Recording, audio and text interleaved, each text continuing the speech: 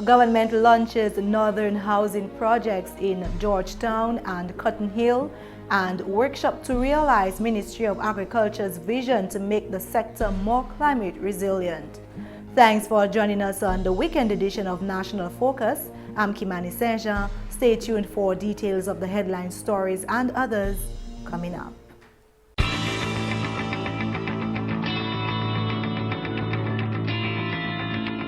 Welcome back. The government of Dominica has broken ground for a second and third housing project this week. On Thursday, the town of Portsmouth saw the launching of the Northern Housing Project, otherwise known as the Phoenix Development in Georgetown, Portsmouth, where the first 68 of 226 homes will be constructed. The Honorable Minister for Housing and Lands, Prime Minister Dr. Roosevelt Skerrit, says the new housing development launched in the town of Portsmouth represents government's definition of making Dominica the first climate-resilient country in the world. He says the city-like community which will soon be built will keep residents safe in the event of disasters.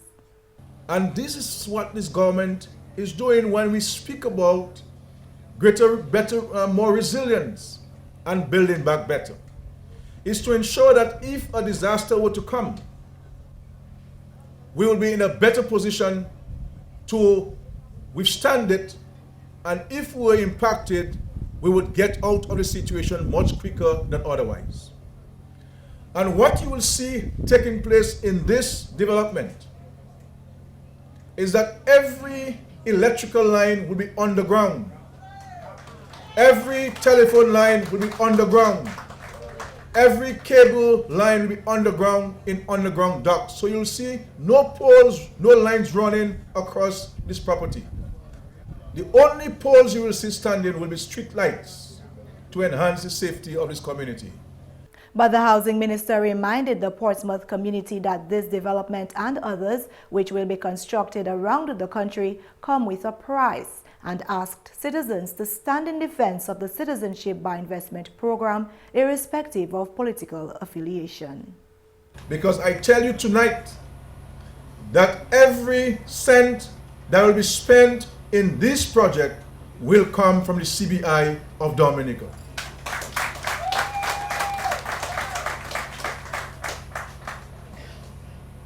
And it is always unfortunate that there are some in this country who will try to undermine the opportunities of our people in Dominica. Meantime, the Honorable Member of Parliament for the Portsmouth constituency, Ian Douglas, expects that this project will transform the island's second town.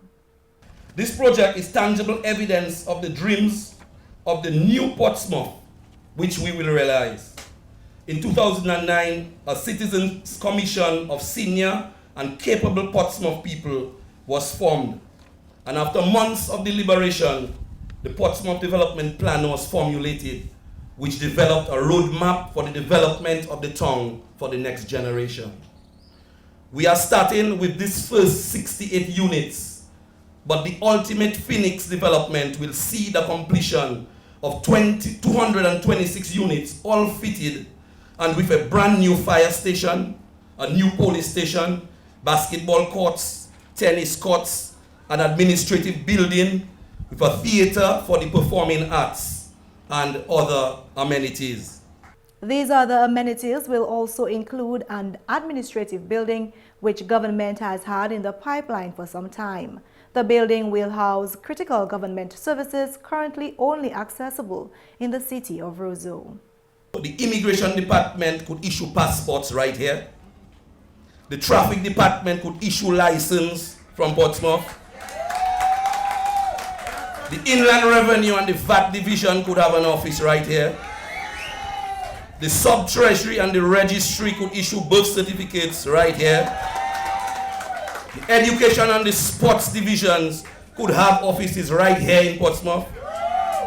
The Prime Minister will have an office right here in Portsmouth. The PAL-REP would have a proper office. The mayor and the council will also have offices in this administrative building. The new housing complex will also feature a community center and an internet cafe. I saw a performance some weeks ago in the hot sun outside in the yard at the PSS grounds. But with this building, a new performing arts center will be part of this new administrative building. We can now have a home for our independence and cultural events and an opportunity to bring back our carnival shows to the town. These are just some of the possibilities that this new development holds. So we are not only creating an expansion of Portsmouth, we are creating a brand new Portsmouth. The housing project will be developed by Montreal Management Consultants Establishment, MMCE, the same developers of the Bellevue Chopin housing projects for the people of Petite Savanne. Project manager Christopher Timmins presented to the people of Portsmouth the plans for their project. He says the buildings will be built fully with reinforced concrete and will be able to withstand hurricanes and seismic forces. They have reinforced concrete roofs underneath the corrugated or decorative roof. They have impact resistant windows. They have solar water heating. We have used our best endeavours to ensure that there will be sheep to live in, that they will keep the weather out. They are the same structures as we've used in Bellevue Chopin. In Bellevue Chopin, during the hurricane, there was no structural damage to any building. He explained that there are two phases for the Georgetown development. Phase 1 will see the construction of 68 units housed in 9 buildings, that is 24 two-bedroom and 44 three-bedroom units expected to be completed by August 2019. Phase 2 is a further 158 units along with a government building, retail units, police station, fire station. A project for Cotton Hill, Lagon was also launched on Thursday, where another 68 apartments will be built. Honorable Austri, Member of Parliament for the Cottage constituency, says not only will these new developments transform Portsmouth, but the communities in the north will also be positively impacted. This development, both here and Cotton Hill, will not only enhance the social and economic fortunes of Portsmouth, but the entire north, which depends on Portsmouth and it sees Portsmouth as its city. So Portsmouth is already the city from the north. Taking a cue from what the mayor was saying, and what we're talking about, we will be expanding it to the city of Dominica. But if you go to Penville, Capuchin, Dublin, Calibishi, as far as Wesley, Portsmouth is the hub of activity for those communities. And any development that takes place in Portsmouth will always impact the rest of the communities around it. 34-year-old Dion Matthew of Portsmouth was emotional about the prospects of receiving a new home. I was in shock when I was informed that I'll be a recipient of one of the residential units. I shed tears of joy and felt a sense of relief, knowing that I would have a place to call my own. I am extremely grateful and must say a hearty thank you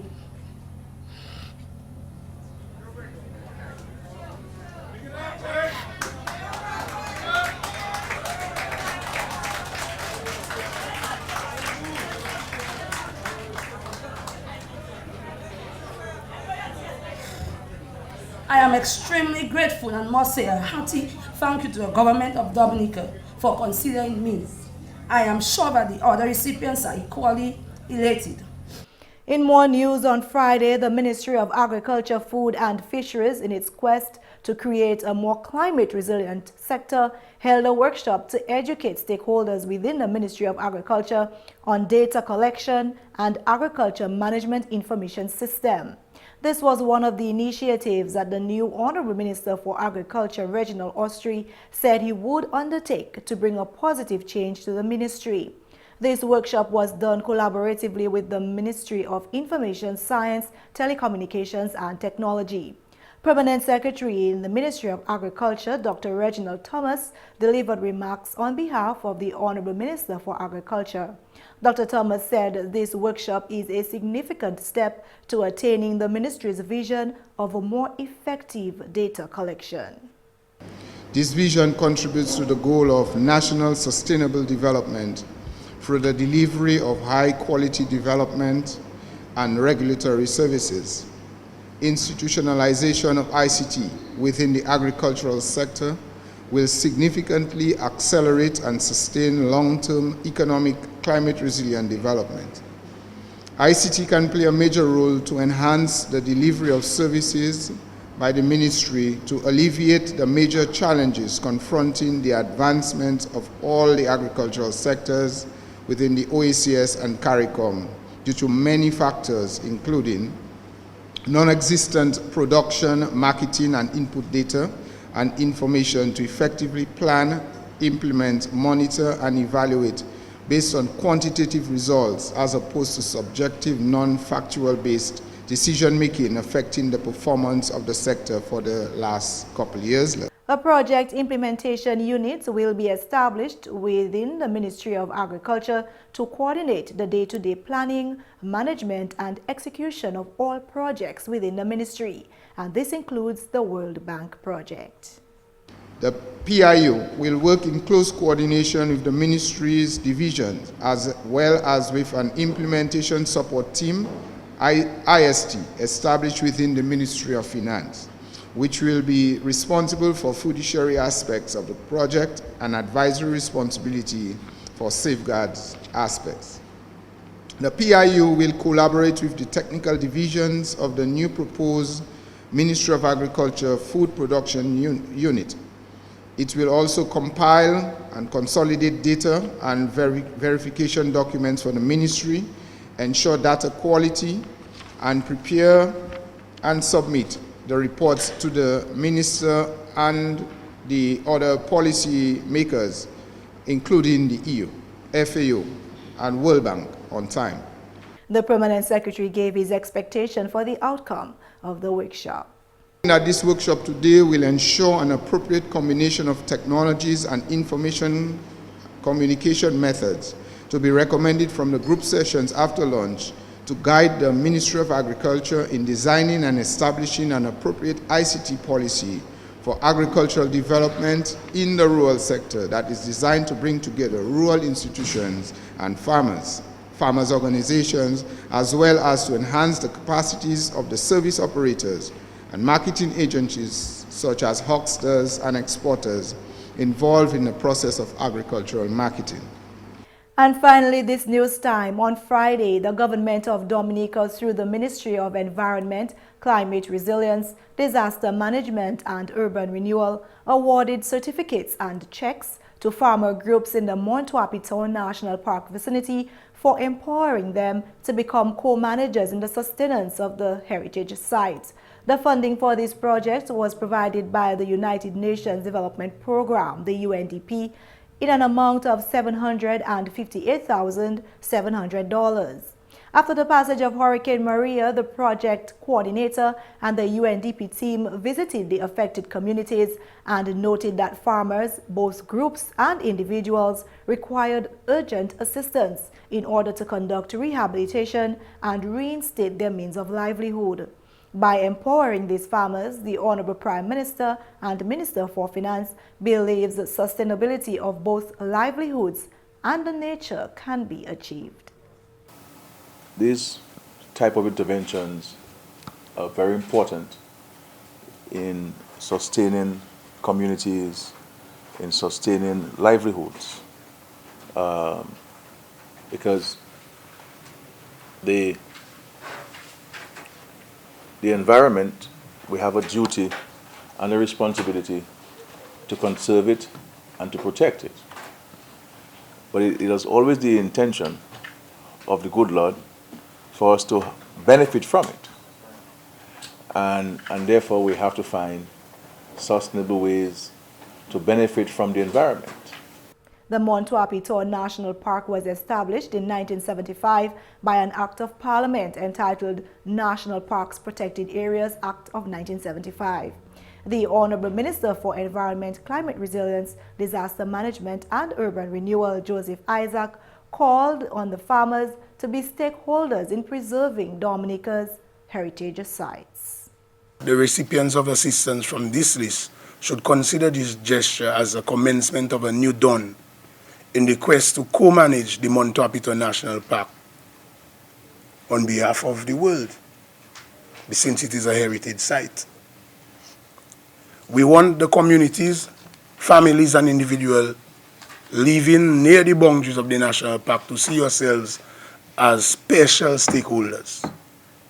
The fact that this national park is a World Heritage Site simply means that while it is situated in beautiful Dominica, it belongs to all of humanity, and that we have the responsibility to manage this precious resource for the world's future generations. Honorable Isaac says government's new approach to preserving the national parks relies on the ownership of the surrounding communities, specifically the farmers. The government of Dominica believes that the communities that surround the national park should be encouraged to take part in its management. What you are about to receive is an incentive to assist you with the recovery of your livelihoods, as well as to commit yourselves to work alongside the government to co-manage the park for the benefit of all mankind. Some of the recipient groups include the Daily Stoloma Women in Action, Rim Crop, and the Southeast Women Farming Organic Group. And that's all for this edition of National Focus. Be sure to follow GIS on facebook.com/GIS News Dominica and follow us on Twitter at GIS Dominica. You can also catch up on past National Focus newscasts on our GIS Dominica YouTube channel. From all of us here on the GIS News production team, I'm Kimani St. Thanks for watching and have a great weekend.